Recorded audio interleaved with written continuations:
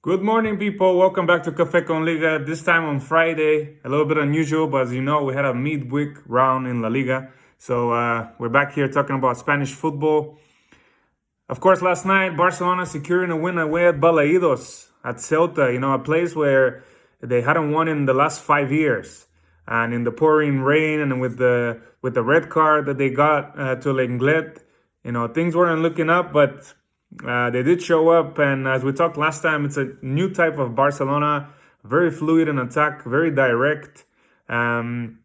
Coutinho with a man of the match performance, in the middle of the park, looking like the Coutinho that Barca signed from Liverpool back in the day, not like the one they let go to Bayern Munich last year. And Barca really looked great. Ansu Fati, another goal for him, 3 goals now in, I think, just under 90 minutes combined. This guy, he scored, there was a statistics on Twitter I saw, from his last 15 shots on target, he scored 10 goals. For a guy that hasn't even turned 18, he's gonna do that, I think, next month. Unbelievable. And he's gonna be the type of person that, funnily enough, Barca are going to look to score goals. It's kind of a trend now that's happening in La Liga. There's the young stars that are taking over, and teams are going to rely a lot on them. Of course, Fati at Barcelona, the two Brazilians, Vinicius and Rodrigo at Real Madrid, João Felix at Atletico. So yeah, it's the young guns taking over for in La Liga, and we're going to be looking up to see how they're going to perform this season. But yeah, Barca securing their win. For me, significant at Balaidos, but it's going to be, of course, difficult for them this weekend against Sevilla. Real Madrid winning at home to Valladolid 1-0. They had plenty of chances, but again, just like in the last two games, the problem with Real Madrid is converting them and taking those chances. Zidane started again with the two strikers up front with Jovic and Benzema, but the Serbian can't just seem to score that goal. He had a few opportunities, but he can't find the back of the net, and it's starting to become a problem. He needs a goal badly. You can see for his confidence, to kind of remind him that feeling that, he can score goals just like he did at Frankfurt a few years ago. So hopefully Jovic can start scoring, because it was Vinicius in this game that scored. And as we said, Real Madrid are going to rely on players like Vinicius, even though, he's so young. He's the one that will need to provide goals, and that was something that Vinicius always had an issue with, finishing as well. He's a brilliant player, a lot of flair, a lot of dribbling. It can create a lot of havoc in defenses, opens up spaces for his teammates, but it was always the finishing. So hopefully, of course, he can start finishing those chances just like he did in El Clasico last year, and Real Madrid can pick up more points. Atletico Madrid drew away 0-0 at Huesca after scoring 6 goals on the weekend, now struggling to score. But if you've seen that game, they had so many chances that they missed. It was a miracle that it ended 0-0, to be honest, with Suarez, with Felix missing chances.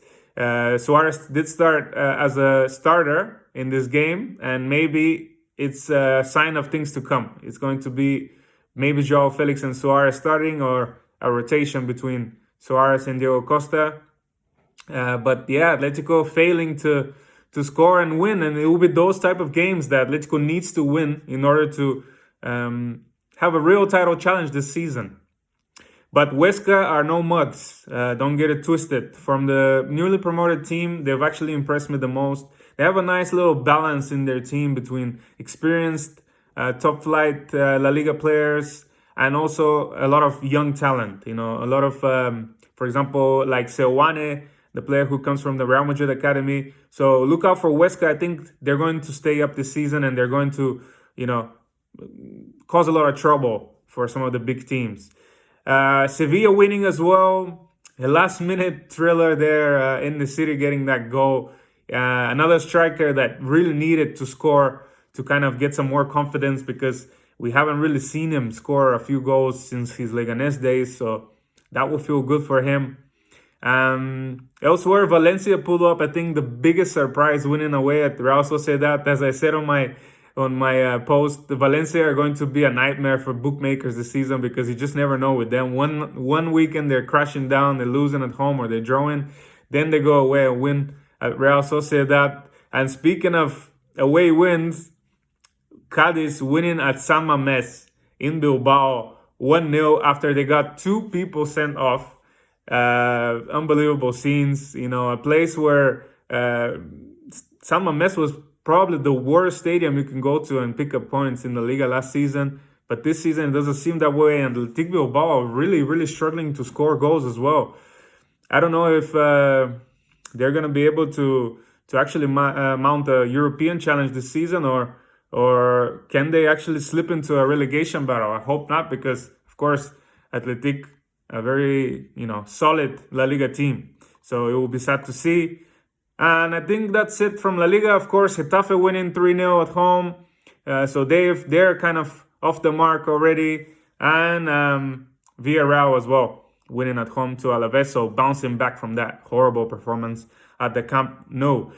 Of course, we got the Champions draw yesterday, and I'm sure you've seen it. Group G is the highlight of the draw. We got Messi versus Ronaldo, Barcelona and Juventus in the same group. That's going to be epic, of course.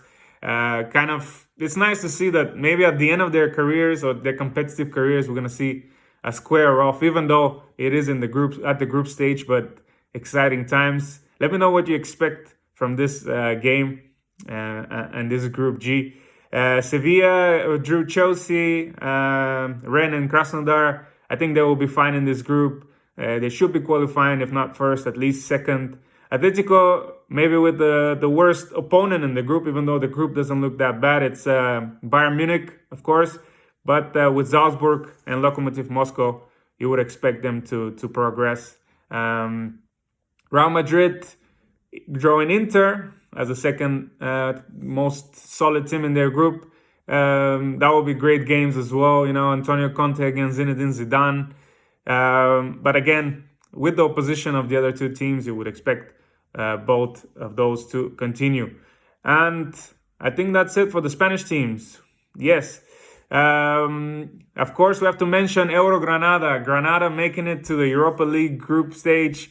Really happy for this team, and they had to do it the hard way. They went all the way to Malmö in Sweden. I think they went 1-0 down, and they came back and won very convincingly 3-1. And good news for everyone involved with this club that, kind of got into Europe on the last round of La Liga last season, and is going to represent Spain. Of course, we still got Real Sociedad there.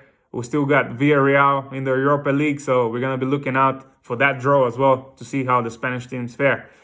So, guys, of course, don't forget, this weekend we got our regular La Liga weekend and some good games. Tomorrow night, Valencia hosts Betis, Atletico Madrid against Villarreal. Now, that will be a very exciting game. Is Atletico going to go back to winning ways? Has Emery learned his lesson from that game at the Camp Nou? Real Madrid going away at Levante, a place where they lost last season, remember? That's going to be tough for them. And who are Barcelona playing? We also already mentioned Sevilla at home. That's definitely the highlight of the round. That will be on Sunday at 9 o'clock Spanish time. So, guys, that's it. Stay tuned. Café con Liga. Comment, like, and we're going to see each other on Monday. Ciao.